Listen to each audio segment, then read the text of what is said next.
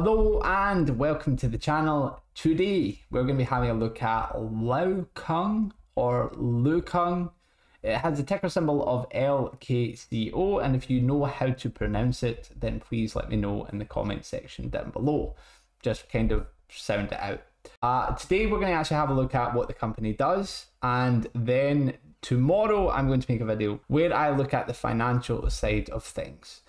But let's just get straight into it. So, Luokung. We are devoted to providing the most efficient and most dependable spatial temporal data services worldwide.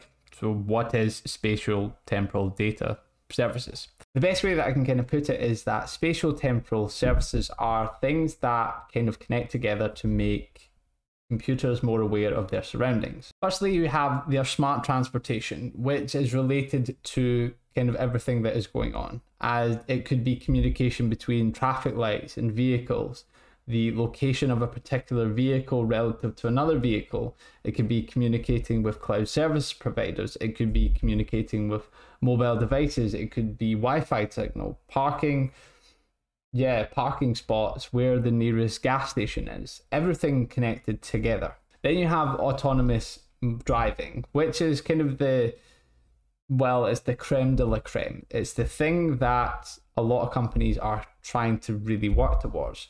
Now, autonomous driving requires a lot of data processing.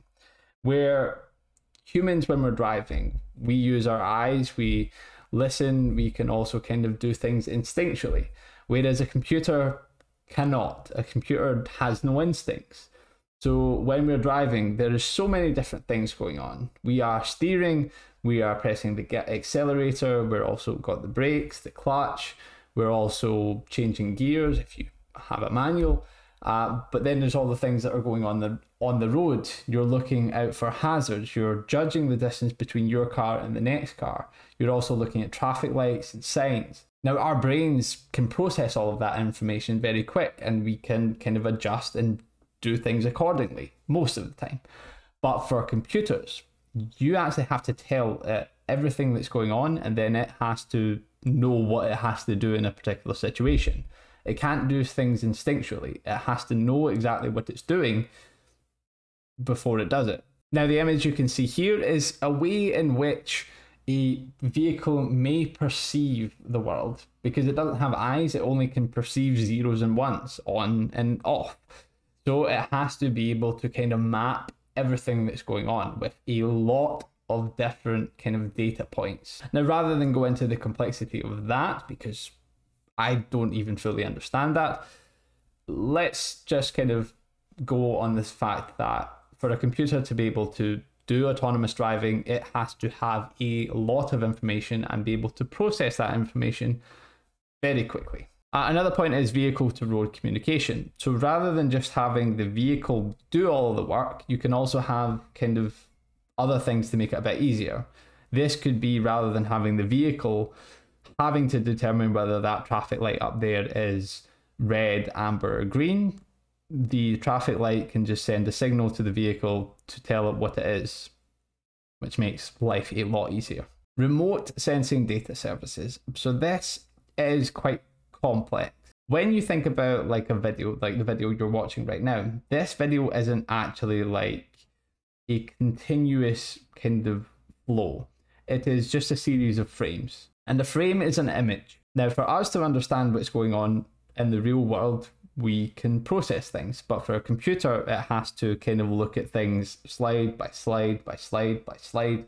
It also has to have data models in order to understand what is in that image, which requires a lot of processing, and if you want to do it quickly, even a lot more. Internet of Things. So this is the communication of devices without necessarily the need of human interaction.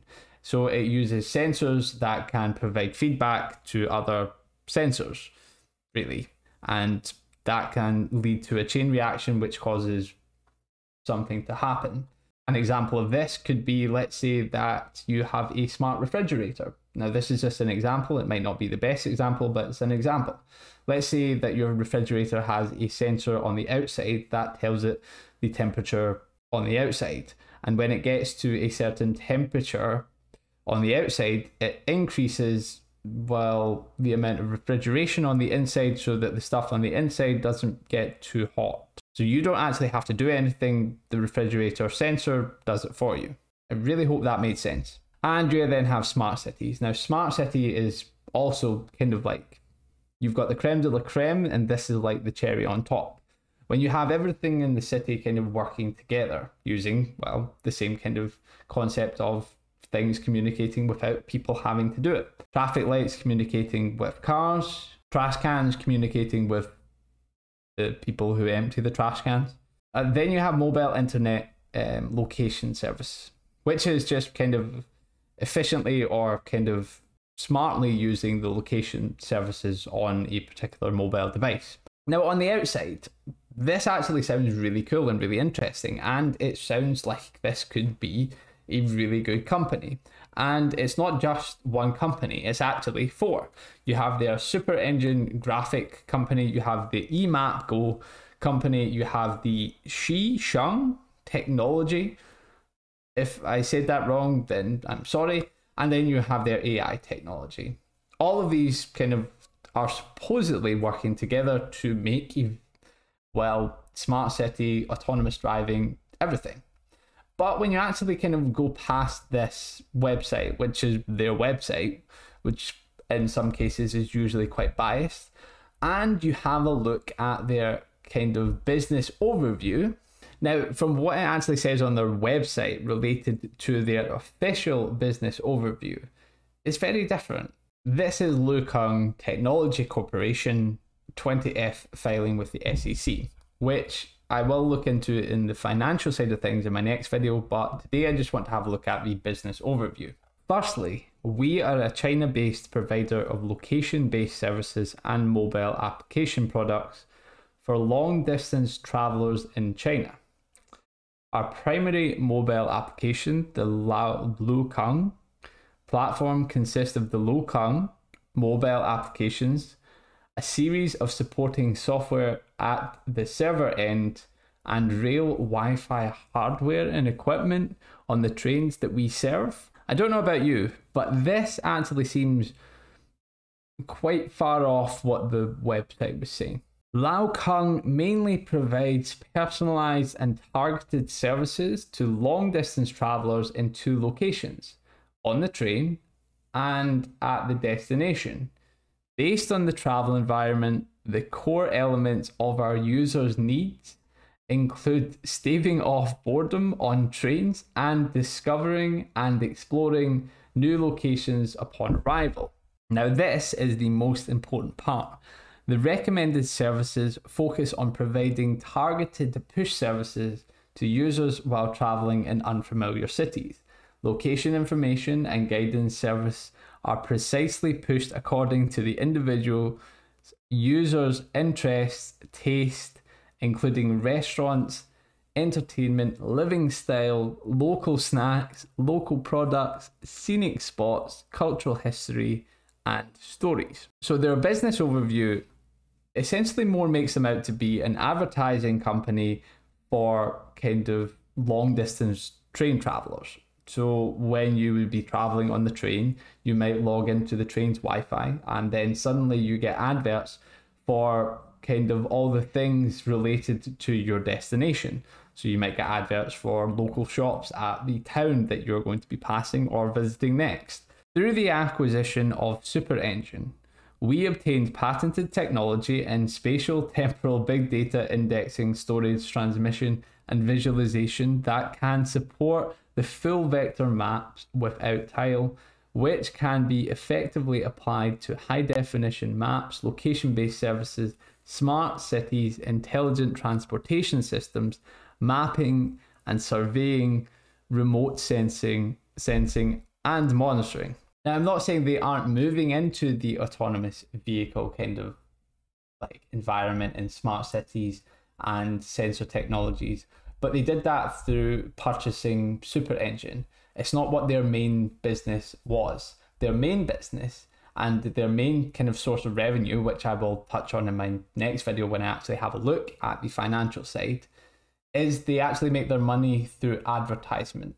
So they're an advertising company, and they advertise to long distance train travelers within China who log into the Wi-Fi on the train. So yes, very different from kind of what it claims to be. But bear in mind that this is all just my opinion. This is what I found on Luokung, and yeah, I'm not overly kind of convinced. Now, I will emphasize my point when I release the video on the financial side, where you will actually see that it makes most of its money through advertising and not actually the technology services that it claims to, well, do. But please bear in mind that this is all just my opinion and not investing advice. Do not base any buying or selling decisions on the content of this video, because I am very likely to get things wrong, which I do. And if you have enjoyed this video, I would really appreciate if you hit that like button. And if you are interested in the financial side of things, be sure to subscribe to the channel, or you don't actually have to subscribe to the channel, because I will release the video tomorrow at the same time, so you can just come back then. Thank you very much for watching. I do hope you have enjoyed and found it informative, and I will see you next time.